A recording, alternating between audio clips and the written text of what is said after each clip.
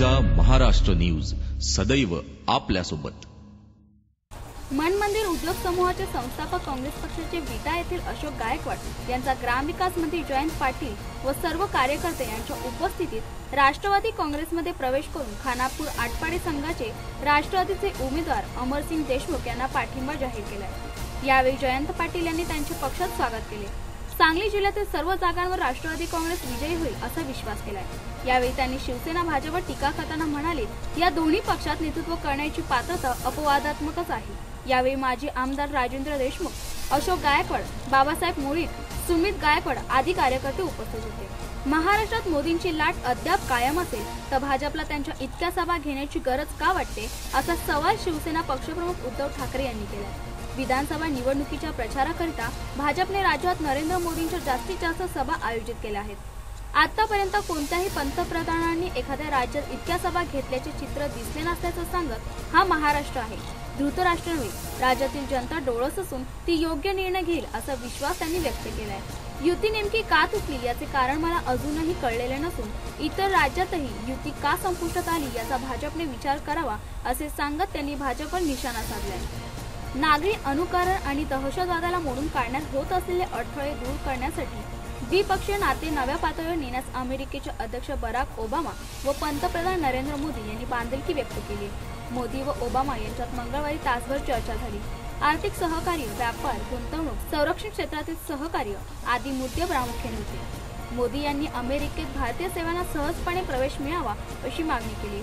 भारत व अमेरिका यांच्या संरक्षण क्षेत्रात 1 वर्ष सहकार्य करण्याचा करार झाल्यानंतर मोदी यांनी भारतीय संरक्षण साहित्य उत्पादन क्षेत्रात सहभागी होण्यासाठी अमेरिकेच्या कंपन्यांना निमंत्रण दिले। स्वाक्षरांकित केलेल्या कागदपत्रांद्वारे बँकेत खाते उघडता येईल।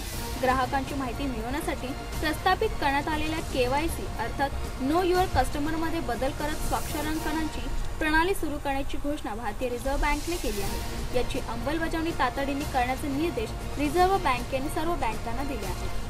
महाराष्ट्र विधानसभा निवडणुकीसाठी 15 ऑक्टोबर रोजी मतदान केले जाईल व राज्यात शांततेच्या वातावरणात निवडणूक पार पडावी म्हणून निवडणूक आयोगाने सर्व तयारी केली। आयुक्त VS संपत यांनी याबाबतची सर्व माहिती दिली आहे। 15 ऑक्टोबर रोजी सकाळी 7 वाजल्यापासून संध्याकाळी 6 वाजेपर्यंत मतदान चालू आहे, ज्यामध्ये 8.33 करोड लोक मतदान करतील। तर राज्यात शांततापूर्ण वातावरणात निवडणूक व्हावी म्हणून प्रयत्न केले जाणार आहेत। रात्री 11च्या सुमारास लखनौ बरेली एक्सप्रेसचे मागचे 3 डबे नंदनगर रेल्वे क्रॉसिंगवर घसरले व काही वेळातच बाजूच्या ट्रॅकवरून कृषक एक्सप्रेस आली आणि तिचं इंजिन 3 डब्यांवर आदळलं। ही एक विचित्र आणि भीषण दुर्घटना उत्तर प्रदेशातील गोरखपूर जिल्ह्यात रात्री उशिरा घडली। बैरोनी एक्सप्रेसचे काही डबे रुळावरून घसरले असतानाच या दुर्घटनेत 14 प्रवाशांचा मृत्यू झालाय तर 50हून अधिक जण जखमी झाले।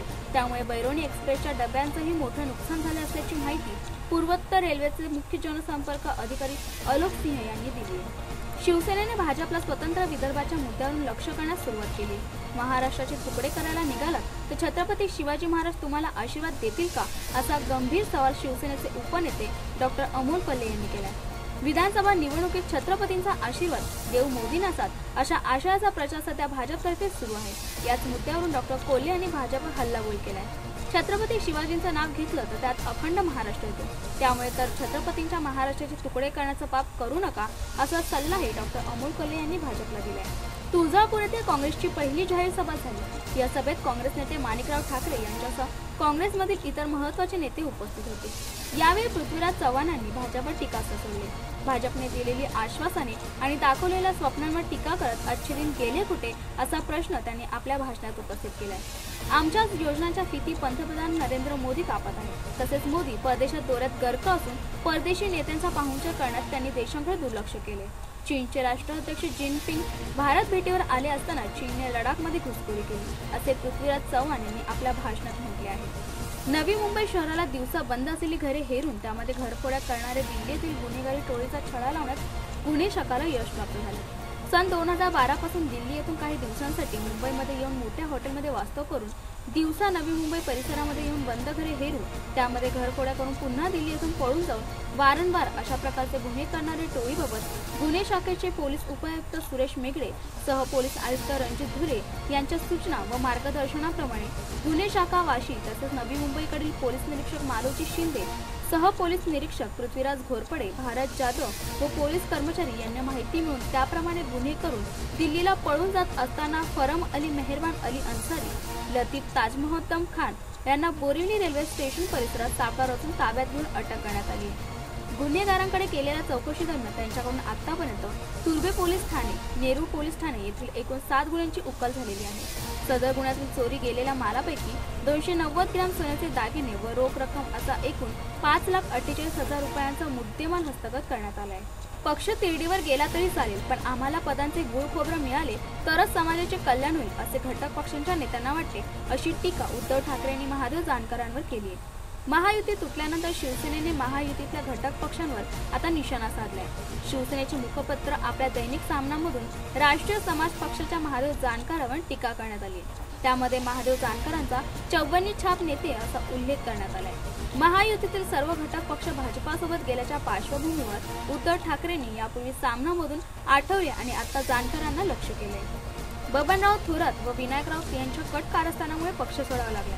दरम्यान शिवसेना प्रमुख उद्धवजी ठाकरे यांनी दखल घेतली नाही असा घणाघाती आरोप माजी खासदार वानखेडे यांनी केलाय.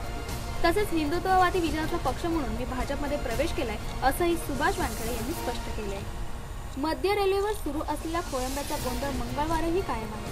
डोंबिवली येथे रुळांच्या क्रॉस ओव्हरकडील चाप सोडण्यात आल्याने सकाळी 11:39 च्या सुमारास लोकल 2 डबे स्टेशनात घसरले. यामुळे जुन्या मार्गावरील वाहतूक 5 तास विस्कळीत झाली. दिवसभरात 21 लोकल फेऱ्या रद्द झाल्याने अन्य गाड्यांवर अधिकच भार पडला. त्यामुळे प्रवाशांचे हाल झाले. त्यातच संध्याकाळी विजांसह आलेल्या मुसळधार पावसाने मध्य आणि हार्बरच्या गोंधळात आणखीनच भर घातली होती. श्री विठ्ठल रुक्मिणी मंदिर पंढरपूर यांच्या वतीने श्री विठ्ठलास मत्स्य अवतार पोषक परिधान करण्यात आलाय व रुक्मिणी मातेस वनातील देवी पोषक परिधान करण्यात आलाय. विविध वनस्पती झाडांचा पाला व विविध रंगीबिरंगी फुले यांचा वापर करण्यात आला. हे पाहण्यासाठी भावी भक्तांची एकच गर्दी झाली. श्री विठ्ठल रुक्मिणी मंदिर पंढरपूर यांच्या वतीने श्री विठ्ठलास मयुरेश अवतार पोशाख परिधान करण्यात आला व विविध प्रकारचे दागिने परिधान करण्यात आले. श्री विठ्ठलास अतिशय उत्कृष्ट सजवण्यासाठी मंदिरातील कर्मचाऱ्यांनी परिश्रम घेतले व रुक्मिणी मातेस करविरी वासिनी महालक्ष्मी रूपात रत्नजडित सुवर्ण अलंकार परिधान करण्यात आले. रुक्मिणी मातेचे हे नेत्रदीपक रूप पाहण्यास भाविकांनी अलोट गर्दी केली. महायुती प्रचारास प्रारंभ पंढरपूर येथील श्री विठ्ठल रुक्मिणी दर्शन घेऊन भारतीय जनता पार्टीचे देवेंद्र फडणवीस व शेतकरी संघटनेचे खासदार राजू शेट्टी यांनी पंढरपूर येथून महायुतीचे उमेदवार प्रशांत परिचारक यांच्या प्रचारार्थ जाहीर सभा घेऊन पंढरपूर येथील टिळक स्मारक येथे नारळ वाढून केली. यावेळी खासदार राजू शेट्टी म्हणाले, आमचा सर्व साखर कारखाना चालकांना विरोध नाही. जे शेतकऱ्यांची पिळवणूक करतात त्यांना विरोध आहे. परिचारक यांनी प्रत्येक वेळी शेतकऱ्यांचे हित बघितले आहे. त्यामुळे आम्ही तिकीट दिले आहे. आम्हाला राष्ट्रवादी व काँग्रेस मुळातून संपवायचे आहे. देवेंद्र फडणवीस म्हणाले, प्रचाराची सुरुवात महाराष्ट्राचे आराध्य दैवत विठ्ठल रुक्मिणी यांच्याकडे साकडे घालून केले आहे की महायुतीचे सरकार येऊ दे. तसेच मंगळवेढा येथील 35 गावांचा पाण्याचा प्रश्न जर मिटवायचा असेल तर पंतप्रधान नरेंद्र मोदी मिटवू शकतात. यावेळी माजी आमदार सुधाकर पंत परिचारक, संजय पाटील घाटणेकर, सुधाकर मोळक, विष्णू बागल, दीपक भोसले, वामन माने, वसंत नाना देशमुख, उमेश परिचारक व भाजप आरपीआय रासपाचे सर्व पदाधिकारी उपस्थित होते. महाकालीच्या भारतातील प्रसिद्ध ठिकाणापैकी एक असलेले ठिकाण म्हणजे चंद्रपूर होय. येथील महाकालीचे मंदिर विदर्भातच नव्हे तर महाराष्ट्रात आणि आंध्र प्रदेशात प्रसिद्ध असून महाकालीचे भक्त दुरून येथे दर्शनासाठी येत असतात. महाकालीचे 5 ठिकाणी प्रसिद्ध आहेत. यापैकी 2 ठिकाणी एकट्या रत्नागिरी जिल्ह्यात असून पहिले स्थान अडविरे आणि दुसरे महाकालीचे स्थान अडूर आहे.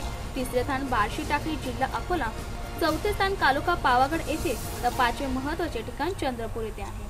महाराष्ट्राला अखंड ठेवणाऱ्या छत्रपती शिवाजी महाराजांचा आशीर्वाद मिळेल असा टोला शिवसेना पक्षप्रमुख उद्धव ठाकरे यांनी मंगळवारी पंतप्रधान नरेंद्र मोदी यांचे नाव न घेता लगावले. मात्र त्याचवेळी एनडीएमधून बाहेर पडण्याबाबतचा निर्णय मात्र पूर्ण विचार करून घेऊ असेही त्यांनी स्पष्ट केले. स्वतंत्र विदर्भाबाबत अनेकदा भाजपच्या राज्यातील नेत्यांनी वक्तव्य केले व भाजपने पंतप्रधान नरेंद्र मोदी यांच्या फोटोसह शिव छत्रपतींचा आशीर्वाद चला देव मोदींनाच अशी जाहिरात केली.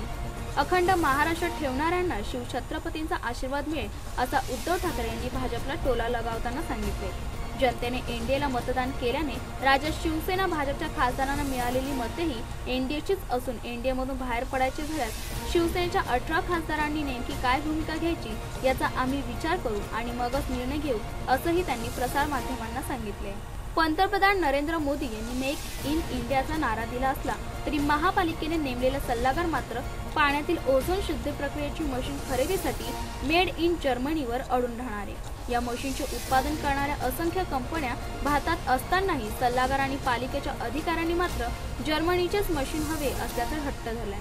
पालिकेतर्फे ठाणे जिल्ह्यातील पांझरापूर येथे वॉटर रिसायकलिंग प्रकल्प उभारला जात आहे व सल्लागार आणि पालिकेच्या अधिकाऱ्यांची उघडकीस आल्यामुळे प्रशासनाने या प्रकरणी अद्याप भूमिका मांडलेली नाहीये।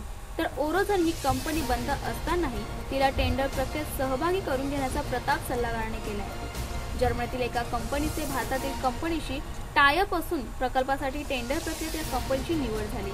जर्मनीतील कंपनीने भारतातील टायअप केलेल्या कंपनीला मशीनचे डिझाईन व टेस्टिंग भारतातच करण्याचे अधिकार दिले, तसे लेखी पत्र जर्मन कंपनीने एन्वायरला दिले आहे।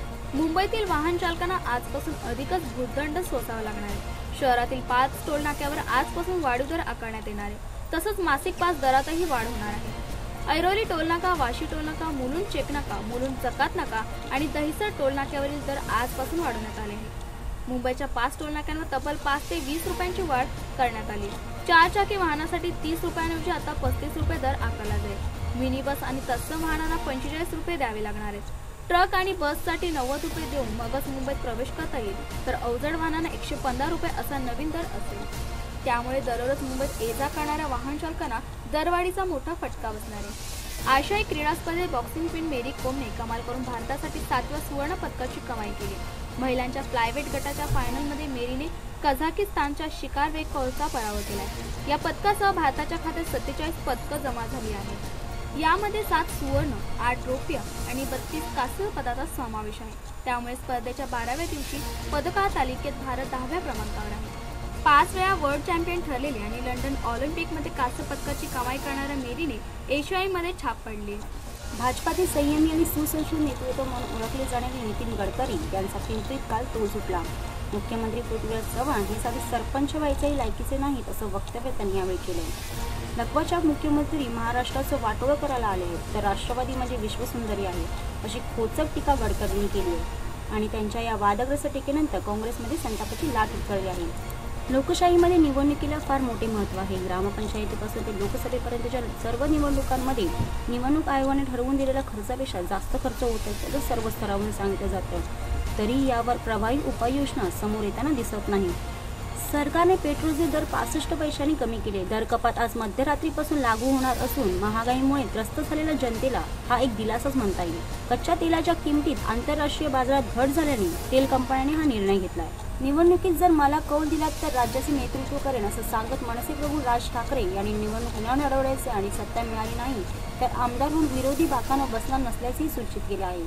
विदर्भात मंगळवारी प्रचाराला सुरुवात करताना अमरावती येथील सभेत ते बोलत होते। आकाशदीप सिंगच्या सुरेख गोलमुळे भारताने आशियाई क्रीडा स्पर्धेमध्ये हॉकीमध्ये उपांत्य फेरीत दक्षिण कोरियावर 1-0 मात केली आणि तब्बल 12 वर्षांनंतर एशियाई हॉकीच्या अंतिम फेरीत प्रवेश केला। सुवर्ण पदकासाठी भारताची 2 ऑक्टोबरला पारंपरिक प्रतिस्पर्धी पाकिस्तान विरुद्ध लढत होईल। 6 पाकिस्तानने टाय ब्रेकमध्ये मलेशियावर 5 अशी मात केली। यातील विजेत्या संघाला रिओ ऑलिम्पिकमध्ये थेट प्रवेश मिळणार आहे। दबंग सलमान खाननं अनेक नवीन कलाकारांना बॉलिवूडमध्ये संधी दिली। दुसऱ्यांना मदत करण्यासाठी तो प्रसिद्ध आहे। आगामी प्रेम रतन धन पायोच्या सेटवरही हे बघायला मिळते। तिथे तो एखाद्या कुटुंब प्रमुखाप्रमाणे सगळ्यांची काळजी घेतोय। प्रत्येकाने पुरेसं खाल्लं की नाही याची तो स्वतः प्रत्येकाकडे जाऊन विचारपूस करतो। कुणी जेवलं नसेल तर त्यांच्यावर रागवून त्यांना तो आधी खायला लावतो। बऱ्याच वेळा सेटवर सलमानच्या घरूनच जेवण येतं। या निमित्ताने अनेकदा सलमानच्या घरची बिर्याणी, कबाब असे वेगवेगळे खाद्यपदार्थ चाखण्याची संधी सगळ्यांना मिळते।